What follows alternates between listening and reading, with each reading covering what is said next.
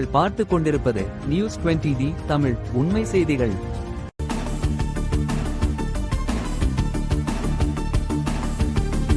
ரெடியாரச்சத்திரம் ஒன்றியம் பண்ணைப்பட்டி ஊராட்சி. இந்த ஊராட்சியில் 145 குடும்பங்கள் உள்ளது. இதனை அடுத்து இப்பகுதியில் கடந்த சில நாட்களாக சாக்கடை கழிவுநீர் சுத்தம் செய்யாத நிலையில் சாக்கடை கழிவுநீர் குடிக்கும் குடிநீருடன் கலந்து புழுக்களாக வருகிறது. இதன் காரணமாக அங்குள்ள குழந்தைகள், முதியோர்கள் அனைவரும் நோய் தொற்று ஏற்படும் நிலை உள்ளது. இதனை அந்த ஊராட்சி சம்பந்தப்பட்ட அதிகாரிகளிடம் கூறியும் எந்த நடவடிக்கையும் எடுக்கவில்லை.